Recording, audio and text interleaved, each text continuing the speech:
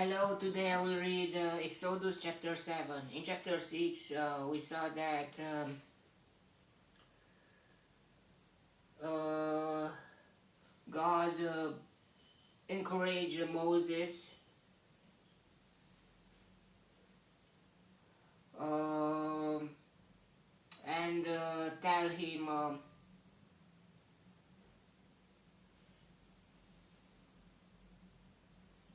to speak to the Pharaoh again and again. And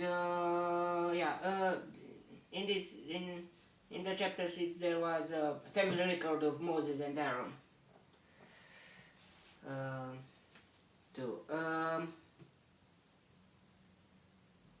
Now when the Lord spoke to Moses in Egypt, he said to him, I am the Lord, tell Pharaoh, king of Egypt, everything I tell you. But Moses said to the Lord, since I speak with faltering lips, why would Pharaoh listen to me? It's like a reminder, something that happened before. I mean, well,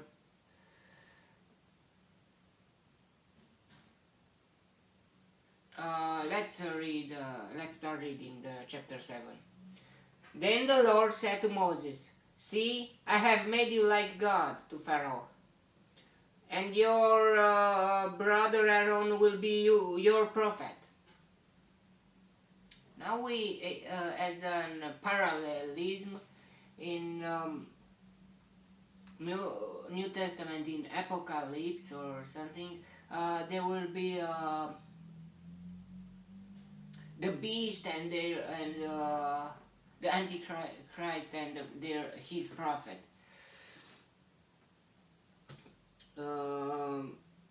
He's trying to copy the God.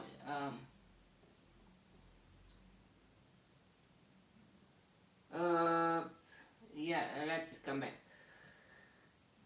You are to say everything I command you, and your brother Aaron is to tell Pharaoh to let the Israelites go out of his country. God at first wanted Moses to do everything, but he didn't want to. So, God chose Aaron, his brother, too.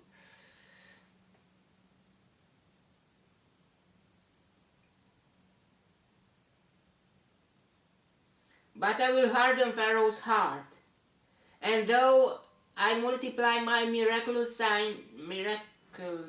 signs and wonders in Egypt, he will not listen to you. Then I will lay my hand on Egypt, and with mighty acts of judgment I will bring out my divisions, my people, the Israelites. So God wanted to make his miracles there. And the Egyptians will know that I am the Lord when I stretch out my hand against Egypt and bring the Israelites out of it. It's very wow thing that God is speaking to Egyptians by their understanding, and if they believed in some gods, in some of course fake gods, but they have had a religion, God it's showing them that God is the only God, and he is more powerful than any of those fake gods that they believed. I don't know if God was acting like that on all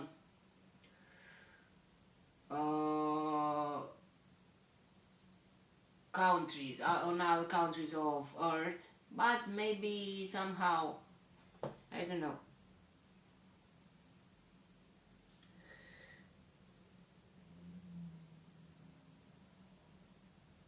And the Egyptians will know that I am the Lord when I stretch out my hand against Egypt and bring the Israelites out of it. Moses and Aaron did just as the Lord commanded them. Moses was 80 years old, and Aaron was 83 when they spoke to Pharaoh. The Lord said to Moses and Aaron, so Aaron had three more, I don't know if their mother hid Aaron too, or the persecution came just after, just in at Moses' period when he was born. I don't know that. Maybe before it was with those maid servants, or I don't know, those women with that they protected the Jewish people.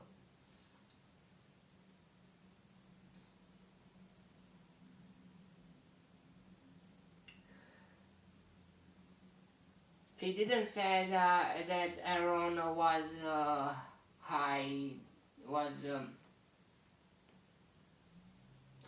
his parents hide Aaron too. Maybe yes, maybe no, I don't know. They're just 3 years difference, but I don't know. The Lord said to Moses and Aaron, when Pharaoh says to you, perform a miracle, then say to Aaron, take your staff and throw it down before Pharaoh, and it will become a snake. The Lord said to Moses and Aaron, then say to Aaron,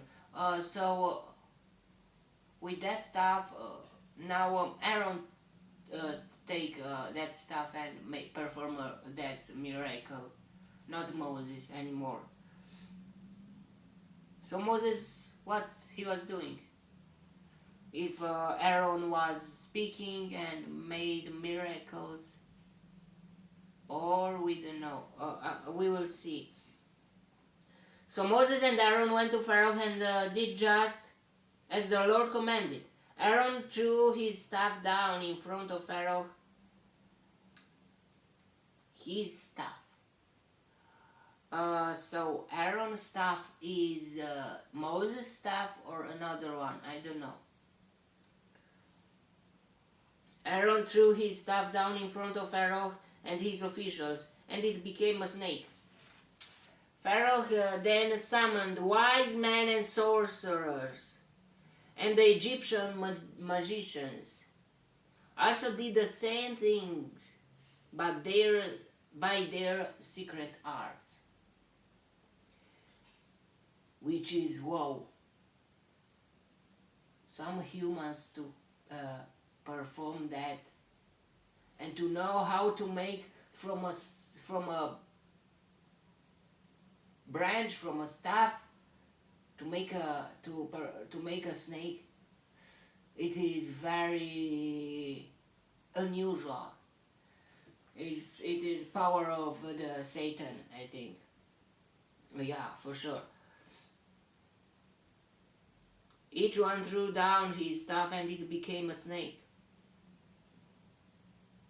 But Aaron's staff swallowed up their staffs. Whoa. Yet Pharaoh's heart became hard, and he would not listen to them, just as the Lord had said. Whoa. Look what happens.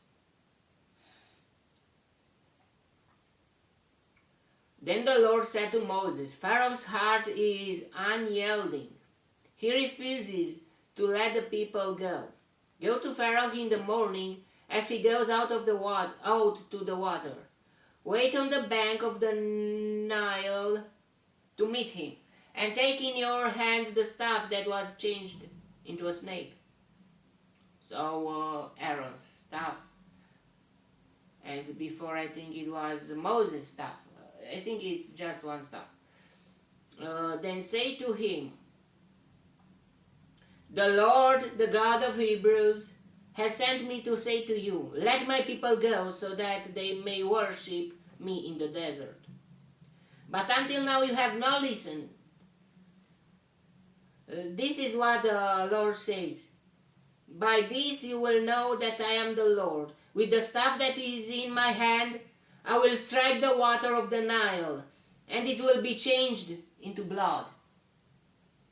The fish in the Nile will die, and the river will stink. The Egyptians will not be able to drink its water. Now Moses came there, not Aaron. Or the Lord said to Moses, tell Aaron, take your staff and stretch out your hand over the waters of Egypt. So Aaron, it's very... God put Aaron too in that.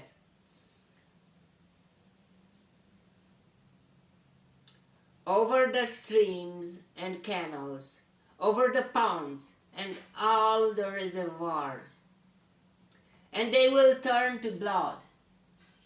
Blood will be everywhere in Egypt, even in the wooden buckets and stone jars.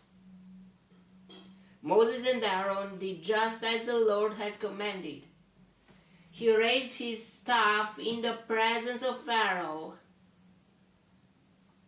and his officials and struck the water of the Nile, and all the water was changed into blood. The fish in the Nile died, and the river smelled so bad that the Egyptians could not drink its water. Blood was everywhere in Egypt. Wow, it is like an apocalypse. More and more. First with snakes, now with snakes was just a local thing, but now with blood, all the water to be changed into blood. It is very... From where is that blood? What is happening? Blood was everywhere in Egypt. But the Egyptian magicians did the same things by their secret arts. So yeah, they had power, devil power, Satan power. And Pharaoh's heart became hard. He would not listen to Moses and Aaron, just as the Lord had said. Instead, he turned and went into his palace and did not take even this to heart. And all the Egyptians dug along the Nile to get drinking water, because they could not drink the water of the river.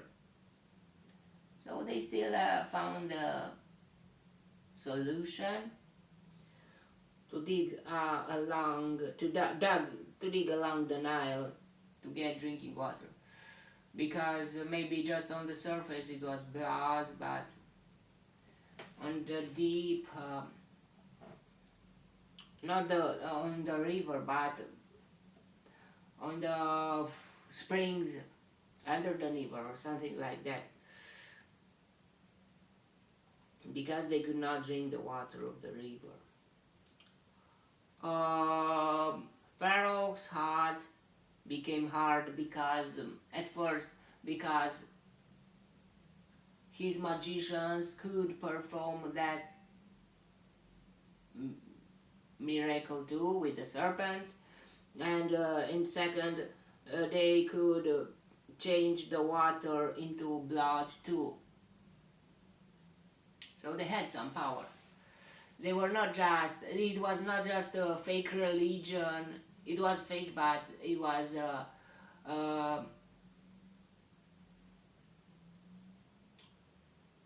it had some power by the Satan. It was not just oh, they believe in rocks and they pray to the stones. Yeah, but they had magicians, wizards. They had sorcerers, and yeah, it was not that easy to not believe or to be an atheist in that case.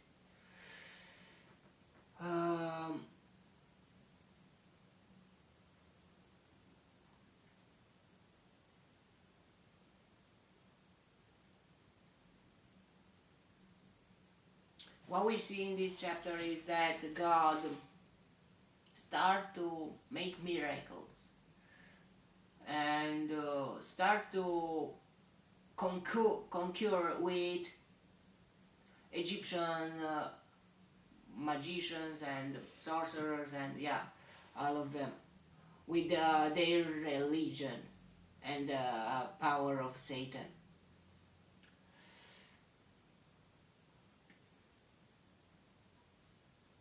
We will see in the next chapter what will happen. More will be more and more miracles.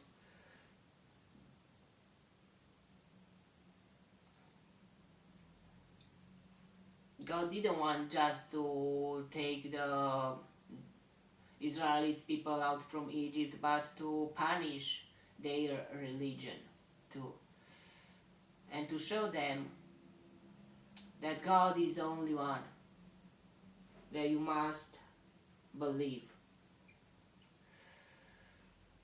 Okay, may the God bless me, protect me, and enlighten me in the next chapter too. And if He wants, you will see me there too. God bless you all, and goodbye.